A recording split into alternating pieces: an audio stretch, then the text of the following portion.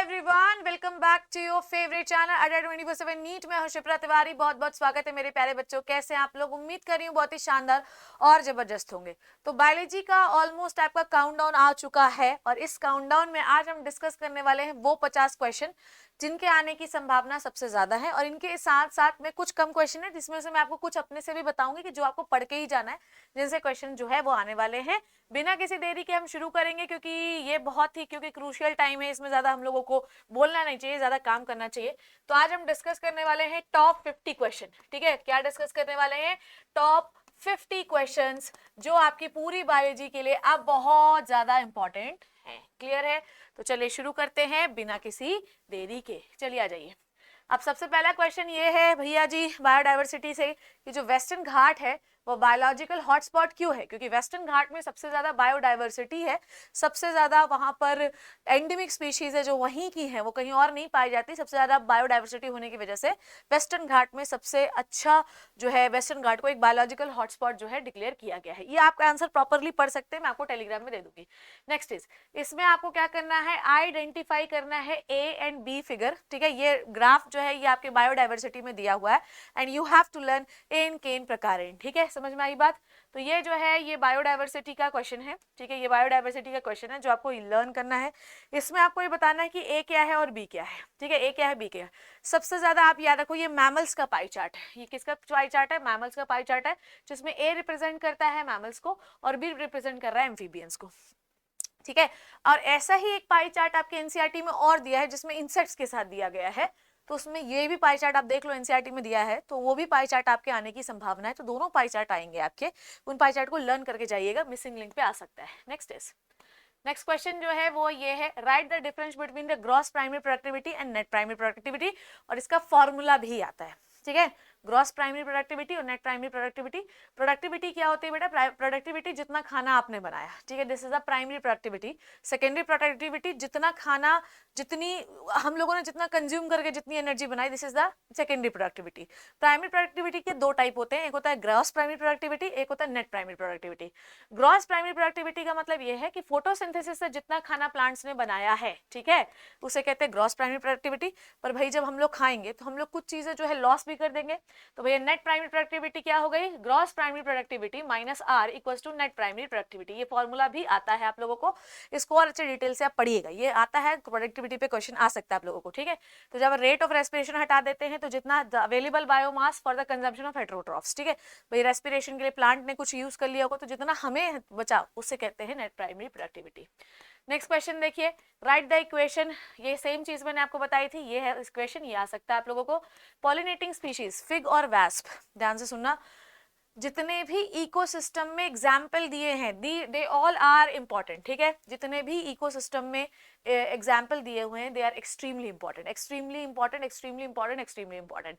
ठीक है, तो जितने भी आपको क्या दिए हैं बेटा जी? एग्जाम्पल्स। ठीक है, जितने भी एग्जाम्पल्स ऑफ इंटरेक्शन, जितने भी एग्जाम्पल्स ऑफ इंटरेक्शन दिए हुए हैं ये एक्सट्रीमली इंपॉर्टेंट है बेटा, एक्सट्रीमली इंपॉर्टेंट। ठीक है, these are the extremely important question. तो ये आएंगे। फिग और वैस्प म्यूचुअलिज्म का एग्जांपल है, जैसे एरगेट और कैटल, ये भी एक म्यूचुअलिज्म का एग्जांपल है। ठीक है, म्यूचुअलिज्म का एग्जांपल लाइकेन, माइकोराइजा है। तो ये आपको पता होना चाहिए, जिसमें दोनों को बेनिफिट होता है। फिग और वैस्प में जो फिग होता है उसको पॉलिनेशन मिलता है और वैस्प को शेल्टर मिलता है। ठीक है, आ जाइए नेक्स्ट देखते हैं। नेम द सोर्स ऑफ, अब देखो क्राई1AC, क्राई1AC। अब देखो भैया ध्यान से सुन लेना मेरी बात, आप लोगों को इसका पूरा मैकेनिज्म आना चाहिए। ध्यान से सुनो, बायोटेक्नोलॉजी में हम लोग बैसिलस थ्रूइनजेनेसिस का पूरा मैकेनिज्म पढ़ते हैं। ठीक है, बैसिलस थ्रूइनजेनेसिस का हम पूरा मैकेनिज्म पढ़ते हैं और ये पूरा मैकेनिज्म आपको आना चाहिए है। बैसिलस थ्रूइनजेनेसिस का पूरा मैकेनिज्म आपको आना चाहिए है कि ये कैसे एंटर करता है, ये भी आता है, मोड ऑफ इन्फेक्शन कैसा है। बैसिलस थ्रूइनजेनेसिस जो होता है बेसिकली ये अलग अलग, देखो इसमें अलग अलग प्रकार के जीन्स होते हैं। जैसे कि क्राई1AC जो होता है वो किसको मारने के लिए होता है? कॉटन बॉल वर्म को होता है। किसको मारने के लिए होता है बेटा जी? कॉटन बॉल वर्म को होता है, क्राई1AC और क्राई2AB। जबकि जो कॉर्न बोरर होता है उसको मारने के लिए क्या होता है? हाँ, उसको मारने के लिए क्या होता है? क्राई2AB और क्राई1AB और क्राई2AC, उसको मारने के लिए होता है। तो भैया जो आपके क्राई प्रोटीन होते हैं वो अलग अलग जीन्स के द्वारा बनते हैं और बैसिलस थ्रूइनजेनेसिस में अलग अलग इंसेक्ट को मारने के लिए जीन्स होते हैं। तो कॉटन बॉल वर्म को मारने के लिए क्राई1AC जीन होता है और ये कहाँ एक्टिवेट होता है? पहले ये इनएक्टिव रहता है, और ये एक्टिव कहाँ होते हैं जीन्स, उसके मिडगट में होते हैं, क्योंकि वहां पर पीएच एल्केलाइन होता है, और जैसे ये बनते हैं आपके मिडगट में छेद कर देते हैं। ठीक है, ये आता है, पूरा आएगा मैकेनिज्म। ठीक है, differentiate between the cannabinoids and opioids. Cannabinoids हेलुसिनोजेनिक agent होता है, ओपियोइड के जो रिसेप्टर होते हैं वो सेंट्रल नर्वस सिस्टम और जीआई ट्रैक्ट में होते हैं, और कैनाबिनॉइड के जो रिसेप्टर होते हैं वो ओनली आपके ब्रेन में होते हैं। ऐसे ही आपका वो भी आ सकता है कि कोका एल्केलॉइड्स, मतलब कोकेन के रिसेप्टर्स कहाँ होते हैं, तो कोका एल्केलॉइड के रिसेप्टर्स भी आपके सीएनएस में पाए जाते हैं, वो खुशी देते हैं आपको। कैनाबिनॉइड हेलुसिनोजेनिक एजेंट है। ठीक है, ये एनाल्जेसिक भी हो सकता है, मसल स्ट्रेंथ को बढ़ाता है, जो परफॉर्मिंग लोग हैं उनकी स्ट्रेंथ को बढ़ाता है। ओपियोइड एनाल्जेसिक होता है, ये पेन किलर की तरह बिहेव करता है, और ये डिप्रेसेंट होता है, वो एक्टिवेटर होता है। अब इसमें देखो एंटीबॉडी का डायग्राम कुछ भी करना है याद करके जरूर जाना आप लोगों को, क्योंकि ये आएगा। ए है आपका एंटीजन बाइंडिंग साइट, ठीक है, और आपकी ई जो है वो हैवी चेन है, और डी जो है वो आपकी लाइट चेन है। ठीक है, नेक्स्ट इज आपको पता होना चाहिए सिम्टम ऑफ अमीबियासिस, एलिफेंटियासिस और एस्कैरियासिस के बारे में। ठीक है, ये तीनों के सिम्टम इसमें लिखे हुए हैं। एस्कैरियासिस में क्या होता है, इंटेस्टिनल ब्लीडिंग होती है, कॉन्स्टिपेशन होता है। ठीक है, एनीमिया हो सकता है, फीवर हो सकता है, वॉमिटिंग हो सकता है, हेडेक हो सकता है। ठीक है, और ये एस्कैरियस लुम्ब्रिकॉइड से होता है। अमीबियासिस पे आइए, कॉन्स्टिपेशन होता है, पॉटी में ब्लड आने लगता है, excess mucus with the blood clots, stool हो जाता है, एब्डोमिनल पेन होता है। एलिफेंटियासिस में क्या होता है, ब्लॉकेज ऑफ लिम्फेटिक सिस्टम है, जिसकी वजह से जो लोअर लिम्फ होता है वो फूल जाता है। ये जो लिम्फ होता है ये आपके मेल पेनिस में भी डिपॉजिट होने लगता है, जिसकी वजह से मेल स्टर्लिटी आती है। ठीक है, ये भी आपको पता होना चाहिए। नेक्स्ट इज HIV का लाइफ साइकिल। कुछ भी करना बेटा, पर HIV का लाइफ साइकिल पढ़े बिना मत जाना। इसमें से मिसिंग लिंक भी पूछ सकता है कि भैया आप बताइए कि इसके बीच में ये क्या मिसिंग है। ठीक है, आपको पता होना चाहिए कि भैया जो RNA होता है वो इंसर्ट करता है, ओनली सिर्फ RNA इंसर्ट करता है, RNA DNA में कन्वर्ट होता है by reverse transcriptase. DNA host cell के जीनोम में पहुंच जाता है, होस्ट सेल का जीनोम डिवाइड करता है तो वायरस का भी DNA डिवाइड करता है, फिर वायरस का DNA उससे बाहर निकल के RNA बनाता है। कुछ RNA जो है प्रोटीन कोड बना लेते हैं, कुछ RNA उस प्रोटीन कोड के अंदर चले जाते हैं, नया वायरस बनता है, और ह्यूमन सेल फट के बहुत सारे RNA वायरसेस को निकालती है, जिसका नाम है HIV। मलेरिया का life cycle, it is very very very important. Malaria का प्राइमरी होस्ट है मच्छर। मलेरिया का जो सेकेंडरी होस्ट है वो क्या होता है बच्चों, मलेरिया का जो सेकेंडरी होस्ट है वो है आपका कौन, ह्यूमन बीइंग। जिसके अंदर भी सेक्सुअल रिप्रोडक्शन होता है वो होता है प्राइमरी होस्ट, जिसके अंदर भी एसेक्सुअल रिप्रोडक्शन होता है वो सेकेंडरी होस्ट। बुखार क्यों आता है, क्योंकि ह्यूमो जब आपकी आरबीसी फटती है और इन्फेक्शियस पार्टिकल बाहर निकलते हैं तो आपको बुखार आता है। इन्फेक्टिव स्टेज कौन सी है, स्पोरोजोइड। जब मच्छर बाइट करता है तो स्पोरोजोइड जो है आपके ब्लड में इंजेक्ट करता है। अब ह्यूमन से वो क्या चूसता है भैया, मेल और फीमेल गैमेट्स को चूसता है, फिर फर्टिलाइजेशन होता है। कहाँ पर होता है फर्टिलाइजेशन, उसके गट में होता है, और स्पोरो फिर गट से जाइगोट बनता है, जाइगोट से स्पोरोजोइड बनते हैं, स्पोरोजोइड से लाइवरी ग्लैंड में आ जाते हैं, और फिर ये वापस इंसान को रिलीज हो जाते हैं। बेटा ये इंपॉर्टेंट है और ये आएगा। Is this clear to you guys? Yes, बताइए जल्दी से, ये वाली बात क्लियर हुई? अगला क्वेश्चन करते हैं हम लोग, चलो देखो नेक्स्ट क्वेश्चन। ठीक है, प्लाज्मोडियम का life cycle you have to learn, आपको मलेरिया से साइकिल आ सकता है। नेक्स्ट क्वेश्चन देखते हैं कि कौन कौन क्या क्या बनाता है भैया। लैक्टोबैसिलस से क्या बनता है भैया, कर्ड बनता है। सैक्रोमाइसिस सेरेविसाई, प्रोपेनोबैक्टीरियम से चीज, एस्परजिलस नाइगर से क्या बनता है, सिट्रिक एसिड बनता है। ठीक है, एस्परजिलस नाइगर से क्या बनता है, सिट्रिक एसिड बनता है। मैंने एसिटिक एसिड बोल दिया था एक बार, तो it is a citric acid. और किस से क्या बनता है ये बहुत इंपॉर्टेंट है। ठीक है, आपको बताना पड़ेगा कि भैया ट्राइकोडर्मा पॉलीस्पोरम से क्या बनता है, आपको बताना पड़ेगा कि भैया स्ट्रेप्टोकोकस से स्ट्रेप्टोकाइनेस बनता है, तो किससे क्या बनता है ये बहुत इंपॉर्टेंट चीज है। स्ट्रेप्टोकाइनेस क्या होता है, स्ट्रेप्टोकोकस से निकालता है, और ये अगर मान लीजिए कि आपके ब्लड में कोई क्लॉट फंस गया है तो उसको ये डिसॉल्व करता है। ठीक है, नेक्स्ट इज फ्लॉक्स क्या होता है, सीवेज ट्रीटमेंट। प्राइमरी ट्रीटमेंट में क्या करते हैं हम, सिर्फ फिल्ट्रेशन करते हैं। सेकेंडरी ट्रीटमेंट में क्या करते हैं, देखो नीचे सेटलमेंट हो गया भारी चीजों का, जो ऊपर वाला पानी उसको इफ्लुएंट कहते हैं। सेकेंडरी ट्रीटमेंट के लिए भेजा, उसमें क्या डालो, एरोबिक बैक्टीरिया डालो, प्लस थोड़े से फंगल मैश को डालो। फंगल मैश और एरोबिक बैक्टीरिया के इस ग्रुप को हम फ्लॉक्स कहते हैं। अब ये जो है आपके जो गंदगी है उसको डाइजेस्ट करते हैं। जितनी ज्यादा गंदगी होगी उस पानी का बीओडी बायोलॉजिकल ऑक्सीजन डिमांड उतना ज्यादा होगा। ठीक है, फिर गंदगी साफ हो गई तो जो पानी, ध्यान सुनो, जो नीचे चीज सेटल हुई it is the activating sludge. ठीक है, और जो पानी ऊपर बच गया है वो साफ है, उसको रिवर में जाने दो। एक्टिवेटिंग स्लज को एनारोबिक स्लज डाइजेस्टर में डालो और उससे एनारोबिक चीज जगह पे डाइजेस्ट करो एनारोबिक स्लज डाइजेस्टर में, जिससे मीथेन गैस बनेगी, और जो बचा है नीचे उसको खेतों में भेज दो, खाद की तरह बिहेव करेगा। बहुत इंपॉर्टेंट है सीवेज ट्रीटमेंट। ये PYQ लिखा है पर यहाँ से मैंने क्वेश्चन निकाले आप लोगों का। ट्राइकोडर्मा एंड द बैक्यूलोवायरस, ये न्यूक्लियो पॉलीहाइड्रोवायरसेस होते हैं। ठीक है, ट्राइकोडर्मा तो भैया आपका फंगस है। ट्राइकोडर्मा क्या होता है बच्चों, फंगस होता है, और बैक्यूलोवायरस क्या है, वायरस है। ठीक है, ये नैरो रेंज ऑफ वायरस और फंगस है, ये कभी भी ह्यूमंस को इन्फेक्ट नहीं करते, पर ये जो इंसेक्ट या जो पेस्ट आपको, ये जो इंसेक्ट और जो पेस्ट आपको इन्फेक्ट करते हैं ये बेसिकली उनको मारने का काम करते हैं। समझ में आ गई बात? तो ये देखिए हमारे लिए कोई वो नहीं है। माइकोराइजा, माइकोराइजा हायर प्लांट्स की रूट और फंगस का एसोसिएशन है। मेनली जो फंगस होगा वो ग्लोमस होता है। माइकोराइजा सिम्बायोटिक एसोसिएशन है। फंगस क्या करता है, न्यूट्रिएंट को एब्जॉर्ब कर करके प्लांट की रूट को देता जाता है, और साथ में रूट से क्या लेते जाता है भाई, रूट से खाना लेते जाता है। प्लांट लीफ से खाना बन के रूट में आ रहा ना, तो फंगस को देते जाओगे आप। नेक्स्ट इज, देखो ध्यान से, मैं जल्दी जल्दी बता रही हूँ। बायोगैस प्लांट, भगवान के लिए बायोगैस प्लांट आप कुछ करो नहीं करो, बायोगैस प्रोडक्शन जरूर याद रखना। स्लरी लो गोबर और पानी की, फिर जमीन के अंदर डाइजेस्टर है उसके अंदर डाल दो, ठीक है, और उसके गोबर में होते हैं मिथानो बैक्टीरिया, वो मल्टीप्लाई करेंगे और चीजें डाइजेस्ट होंगी। जब डाइजेस्ट होंगे तो ऊपर से गैस निकलेगी, ये मीथेन है, ठीक है, ये क्या है, मीथेन गैस होती है। और जो बच गया वो है स्लज, जिसको आप खेतों में यूज करिए। नेक्स्ट क्वेश्चन, ठीक है। अब ये पोलन ग्रेन का डायग्राम है, 15,525 बार बता चुकी हूँ। 60% ऑफ एंजियोस्पर्म में 2 सेल पोलन ग्रेन निकलता है, 2 सेल में एक वेजिटेटिव होती है, एक जनरेटिव होती है। 40% में जो होता है वो 3 सेल्ड होता है। पोलन ग्रेन को हम -196 डिग्री में लिक्विड नाइट्रोजन में प्रिवेंट करते हैं, this is called as cryopreservation. उस पूरे पैराग्राफ को आपको पढ़ना है। साथ ही साथ आपको क्या पढ़ना है ये भी बता दूं मैं, एम्ब्रियो सैक का diagram. Embryo sac 7 cell 8 nuclear structure होता है बच्चों। इसका डायग्राम कुछ भी करना पर पढ़ जरूर लेना। और ये एम्ब्रियो सैक बनता है किससे, प्रोसेस से। ये एम्ब्रियो जिस प्रोसेस से बनता है उसका नाम होता है मीगास्पोरोजेनेसिस। एम्ब्रियो सैक किस प्रोसेस से बनता है बेटा, मीगास्पोरोजेनेसिस प्रोसेस से बनता है। हम इसके बारे में कई बार बात कर चुके हैं, ठीक है, कि कैसे होता है। तो मीगास्पोरोजेनेसिस का प्रोसेस आपके एनसीईआरटी में बहुत अच्छे से दिया हुआ है, इसे आपको पढ़ना है। मीगास्पोरोजेनेसिस प्रोसेस से ही आपका एम्ब्रियो सैक फॉर्म होता है, ठीक है। फिर उसके बाद जब ये पढ़ लेंगे आप, तो एक और चीज पढ़नी है, that is a double fertilization and triple fusion, ठीक है। क्या पढ़ना है आपको, double fertilization and triple fusion, ये भी आपका इंपॉर्टेंट है और ये क्वेश्चन आ सकता है। Double fertilization and triple fusion, ये भी जो क्वेश्चन है ये है इंपॉर्टेंट, ठीक है। Double fertilization and the triple fusion, double fertilization and triple fusion, ये भी इंपॉर्टेंट है और ये भी आता है, ठीक है। साथ ही साथ आपको, चलो अगला देखते हैं क्वेश्चन क्या है, ठीक है। तो ये देखो एंथर का, ये एंथर का बाइसेक्शन व्यू, भैया बाहर वाली एपिडर्मिस, बीच वाली एंडोथेलियम, फिर मिडिल लेयर, फिर टेप्टम। टेप्टम बाइन्यूक्लिएटेड होती है और ये न्यूट्रिशन देने का काम करती है। इट इज वेरी इंपॉर्टेंट बेटा, ठीक है। अब देखो भैया कुछ भी करना तुम, एक चीज तो तुम साथ में याद कर लो, मोनोकॉट सीड का डायग्राम, ठीक है, मोनोकॉट सीड का डायग्राम, ठीक है, और आपका डाइकॉट सीड का डायग्राम, ठीक है, डाइकॉट सीड का डायग्राम। ये दोनों को या तो लेबलिंग करने के लिए पूछा जा सकता है या तो बनाने के लिए आ सकता है। मोनोकॉट सीड में एक ही कॉटिलिडन होता है जिसको हम कहते हैं स्क्यूटेलम, ठीक है।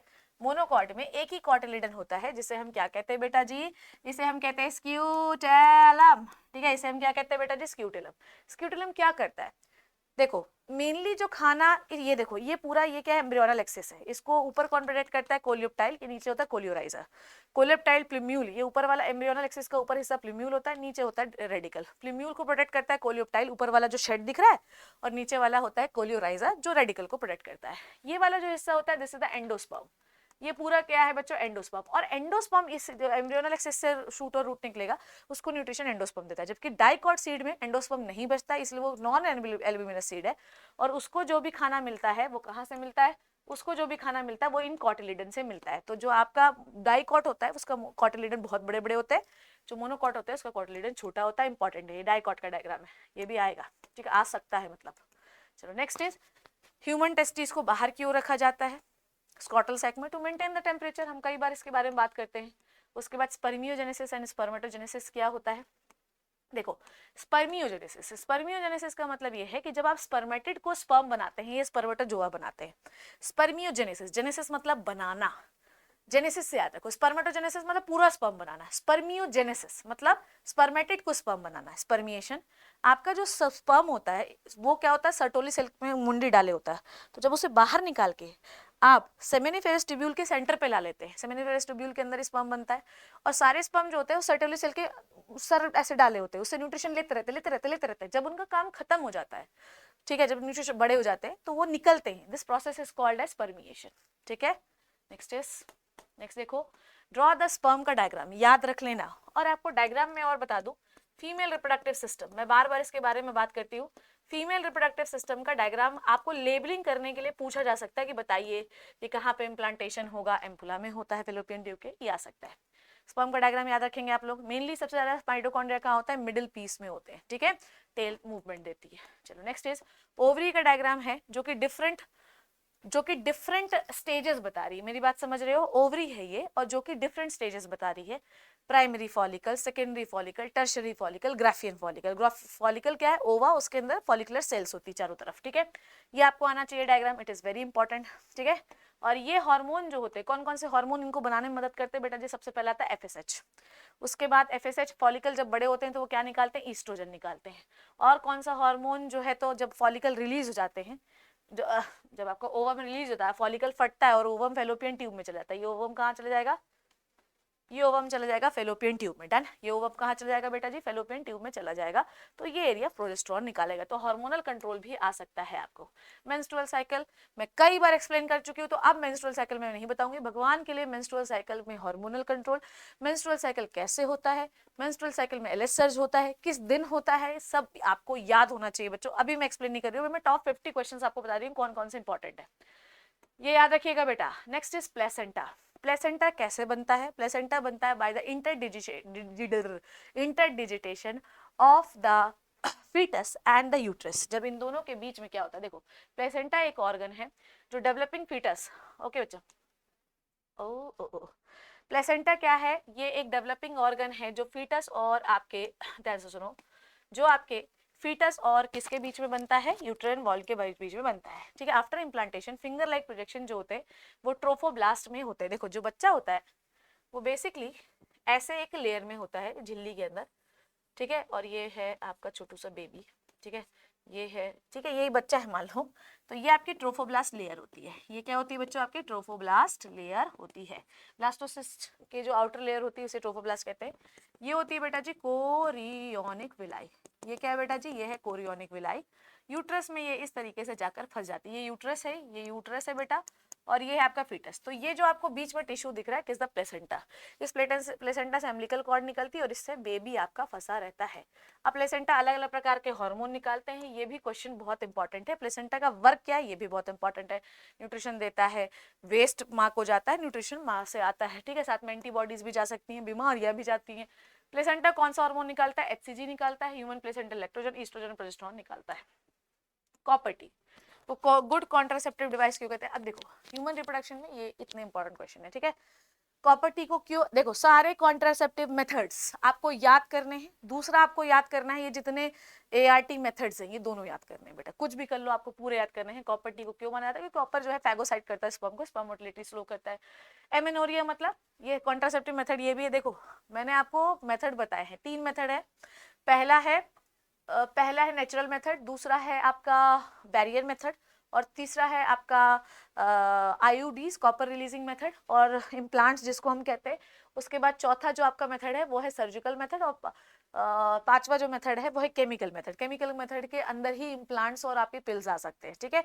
तो अलग अलग मेथड है, यहाँ तक नहीं। लैक्टेशनल एमेनोरिया, जब तक माँ बच्चे को दूध पिला रही है तब तक जो है तो फर्टिलाइजेशन या ओव्यूलेशन नहीं होता, क्योंकि आपको मैंने कई बार ये बात बताई है कि भैया जब तक आपका FSH निकल रहा है, आपका जब तक आपका प्रोलैक्टिन निकल रहा है FSH नहीं निकलता, ठीक है। नाउ IVF क्या होता है, इन विट्रो फर्टिलाइजेशन। गिफ्ट क्या है, gamete intrafallopian transfer, fallopian tube में गैमीट को ट्रांसफर करना आपके आपके साइटोप्लाज्म में, डायरेक्ट स्पर्म के न्यूक्लियस को इंजेक्ट करना, स्पर्म को इंजेक्ट करना, ICSI, ठीक है। नेक्स्ट इन विट्रो फर्टिलाइजेशन, चलो ये इंपॉर्टेंट है बेटा, याद रखना, gift gift zygote intrafallopian transfer, पर याद रखना कि जाइगोट को ट्रांसफर नहीं करते हम, 8 to 16 सेल स्ट्रक्चर पे ट्रांसफर किया जाता है, ठीक है, समझ में आई बात। चलो आ जाओ, नेक्स्ट इज पॉलीजेनिक इनहेरिटेंस। क्या होता है, जब एक ही कैरेक्टर को कंट्रोल करने के लिए मल्टीपल जीन, जैसे कि स्किन कलर, ठीक है, स्किन कलर के लिए 3 जीन आपको सुबह ही पढ़ाया था मैंने, ABC, capital A capital A, capital B capital B, capital C। अगर तीनों कैपिटल हैं तो बहुत सारा पिगमेंट बनेगा और आप काले होंगे, अगर तीनों स्मॉल हैं तो आपका पिगमेंट कम बनेगा और आप एल्बिनो होंगे, ठीक है। नेक्स्ट इज कौन है, प्लियोट्रॉफी। प्लियोट्रॉफी क्या होता है, अगर एक ही जीन के बहुत सारे फंक्शन को कंट्रोल करता है, ठीक है।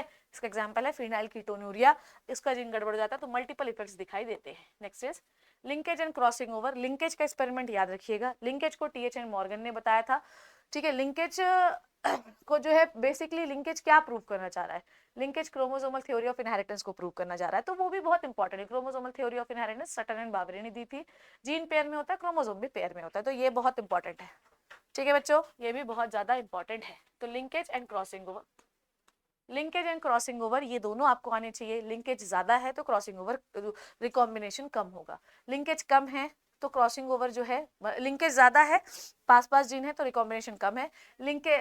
लिंकेज क्या है बच्चों, लिंकेज आपका क्या है, बहुत ज्यादा है तो क्रॉसिंग ओवर कम होगा, मतलब रिकॉम्बिनेशन कम होगा। लिंकेज ज्यादा है, लिंकेज कम है तो आपका रिकॉम्बिनेशन भी ज्यादा होगा। एक्सपेरिमेंट याद रखना है, ड्रोसोफिला में किया था, ड्रोसोफिला में क्यों किया था ये आना चाहिए, ठीक है। और उसके बाद अल्फर्ड स्टूटमेंट का वो बताना है कि उन्होंने जीन मैपिंग की थी, क्रोमोसोम में जीन लीनियर होते हैं, क्रोमोसोम में दो जीन के बीच की दूरी, ये भी बहुत इंपॉर्टेंट है। नेक्स्ट इज मेंडल का तीनों law, law of segregation, law of dominance, law of independent assortment, तीनों इंपॉर्टेंट है। लॉ ऑफ डोमिनेंस का जो एक्सेप्शन है कोडोमिनेंस, इनकम्प्लीट डोमिनेंस। कोडोमिनेंस का एग्जांपल है AB ब्लड ग्रुप, और इनकम्प्लीट डोमिनेंस का एग्जांपल है आपका स्नैपड्रैगन। स्नैपड्रैगन में जो पिंक फ्लावर है वो इनकम्प्लीट डोमिनेंस की वजह से बनता है, बहुत इंपॉर्टेंट है। मोनोहाइब्रिड डायहाइब्रिड क्रॉस आपको बनाते ही होंगे। सटन एंड बावेरी, बेटा क्रोमोसोमल थ्योरी ऑफ इनहेरिटेंस, हर चीज पेयर में होती है, जो जीन बिहेव करता है वैसा ही क्रोमोसोम बिहेव करता है। Next is nucleosome model. आज सुबह मैंने बहुत अच्छे से पढ़ाया ये पूरा चैप्टर, इसलिए मैं इसको जल्दी जल्दी बता दे रही हूँ, इंपॉर्टेंट चैप्टर। बेटा न्यूक्लियोसोम, न्यूक्लियोसोम क्या होता है, न्यूक्लियोसोम के अंदर डीएनए के, हर एक न्यूक्लियोसोम में डीएनए के 200 बेस पेयर्स होते हैं। और ये जो न्यूक्लियोसोम होता है बेसिकली वो क्या होता है बच्चों, ये न्यूक्लियोसोम है आपका हिस्टोन के ऊपर जो डीएनए होता है वो रैप किया होता है, ठीक है। 200 बेस पेयर एक न्यूक्लियोसोम में पाए जाते हैं। ऑक्टावर होता है हिस्टोन का, ये 4 टाइप के हिस्टोन इसमें पाए जाते हैं, ठीक है। नेक्स्ट इज डीएनए का स्ट्रक्चर कैसा होता है, एंटी पैरेलल, ये आपको आना चाहिए, ये मैं सुबह बनवा चुकी हूँ आप लोगों को। फिर उसके बाद जो है तो आप देखो ध्यान से सुनना, पोलैरिटी के आधार पर देखना, हमेशा एमआरएनए बताना है कैसा बनता है। तो एमआरएनए की डायरेक्शन हमेशा 5' to 3' डायरेक्शन होती है बेटा। एमआरएनए की डायरेक्शन हमेशा कैसी होती है बेटा जी, 5' to 3' डायरेक्शन होती है। तो एमआरएनए कैसे होगा, जैसे मान लो कि अगर हम इसको 5' to 3', ये मान लो 3' to 5, अरे यार 5, ये मान लो है 3' to 5', तो एमआरएनए हमेशा 5' to 3' बनेगा। इसका उल्टा कर दोगे, ये इसका उल्टा कर दो, बन जाएगा, ठीक है। चलो नेक्स्ट इज, अब आपको मैं बता रही हूँ क्या क्या आना चाहिए। पहली बात तो ट्रांसक्रिप्शन आने चाहिए पूरा, डीएनए रेप्लिकेशन पूरा आना चाहिए, ट्रांसलेशन पूरा आना चाहिए, कौन से में क्या पॉलीमरेज यूज करते हैं, सुबह का लेक्चर आपको देखना बहुत जरूरी है, तभी ये समझ में आएगा। तो ये पूरा इस चैप्टर के लिए बहुत इंपॉर्टेंट है। प्रमोटर, ऑपरेटर, ये सब मैं सुबह बहुत अच्छे से पढ़ाई हूँ। तो ट्रांसलेशन, ट्रांसक्रिप्शन, और आपका कौन से में यूकैरियोटिक ट्रांसलेशन, किस में स्प्लाइसिंग होगी, यूकैरियोटिक में स्प्लाइसिंग होती है, प्रोकैरियोट्स में नहीं होती ट्रांसलेशन, टीआरएनए क्या करता है, कैसे अमाइनो एसिड को लाता है, ये सब मैंने बहुत अच्छे से सुबह पढ़ाया। अभी भी आपके सब पास समय है, सुबह के वो लेक्चर को देख लीजिए। सेंट्रल डोगमा, डीएनए से आरएनए बनना, आरएनए से प्रोटीन बनना, ये प्रोसेस आपके फ्रांसिस एंड क्रिक ने बताई थी। डीएनए का डबल हेलिकल मॉडल, ये भी आपको आना चाहिए। अब मैं आपको कुछ इंपॉर्टेंट क्वेश्चंस बता देती हूँ जो कि है बायोटेक्नोलॉजी के। सबसे पहले बायोटेक्नोलॉजी के इसमें क्वेश्चन नहीं है, पर मैं आपको लिख के बता देती हूँ कि कौन कौन से क्वेश्चन आएंगे, उनको आप पढ़कर जाइएगा। सबसे पहले एक रिकॉम्बिनेंट टेक्नोलॉजी, एक रिकॉम्बिनेंट डीएनए टेक्नोलॉजी में हम एक रिकॉम्बिनेंट कैसे रेडी करते हैं, नंबर 1 ये आने वाला है। साथ ही साथ जो है ये रेस्ट्रिक्शन एंडोन्यूक्लियस की डिस्कवरी थोड़ा पढ़ लीजिएगा, क्योंकि ये पूछा जाता है कि क्या कैसे होती है, ये आपको पढ़ना पड़ेगा, एनसीईआरटी में लिखा हुआ है। फिर आपसे पूछा जा सकता है PBR322, PBR322 से घुमा घुमा के आपसे क्वेश्चन पूछा जा सकता है कि टेट्रासाइक्लिन को काट के अपना जीन घुसाएंगे तो किसमें नहीं उगेगा, ये वाला क्वेश्चन जो मैं कई बार करा चुकी हूँ। फिर उसके बाद आपको जो पूछा जा सकता है वो है आपका क्या कहते हैं इसको, सिलेक्टिव मार्कर्स, ठीक है। तो जो आपके वेक्टर्स होते हैं उसमें सिलेक्टिव मार्कर्स होते हैं, जिसमें आपको वो वाला एग्जांपल पढ़ना पड़ेगा कि ब्लू कॉलोनी कब आती, व्हाइट कॉलोनी कब आती, ठीक है। वन शॉट्स देखिए। उसके बाद आपको जेल इलेक्ट्रोफोरेसिस से क्वेश्चन आ सकते हैं, जेल इलेक्ट्रोफोरेसिस से क्वेश्चन आ सकते हैं, ठीक है, डन। ये इंपॉर्टेंट क्वेश्चन है, ठीक है, डन है। ये बायोटेक्नोलॉजी के इंपॉर्टेंट क्वेश्चन है। उसके बाद मैं आती हूँ इकोसिस्टम में। बेटा इकोसिस्टम में तो प्राइमरी प्रोडक्टिविटी के बारे में बता ही दिया मैंने। साथ में पिरामिड से क्वेश्चन याद कर लीजिएगा, पिरामिड उल्टा होता है एक्वेटिक, ठीक है। फिर 10% लॉ इंपॉर्टेंट है, इट इज वेरी इंपॉर्टेंट, इससे भी क्वेश्चन आता है। फिर उसके बाद आते हैं ऑर्गेनिज्म एंड पॉपुलेशन। भगवान के लिए ऑर्गेनिज्म एंड पॉपुलेशन में तो 2 ही चीजें आपके लिए पढ़ने के लिए हैं। नंबर 1 इज पॉपुलेशन एट्रीब्यूट, ये पढ़ लीजिए। पॉपुलेशन एट्रीब्यूट में आप दोनों ग्राफ जरूर पढ़ लीजिएगा, that is a logistic growth curve and exponential growth curve, exponential. तो ये दोनों चीजें जो हैं आपको पता होनी चाहिए, और एग्जाम्पल भगवान के लिए पूरे याद करके जाइएगा। बायोडाइवर्सिटी में पूरे एग्जाम्पल आपको रटे हुए होने चाहिए, और बायोडाइवर्सिटी में भी जो है तो जो ग्राफ है आपका वो आपको पता होना चाहिए, जो आपका हाइपरबोला और आपका species area relationship, David Tilman का जो है, साथ में रिवर्ट पॉपेट हाइपोथेसिस, ये सारी चीजें आपको आनी चाहिए, ठीक है।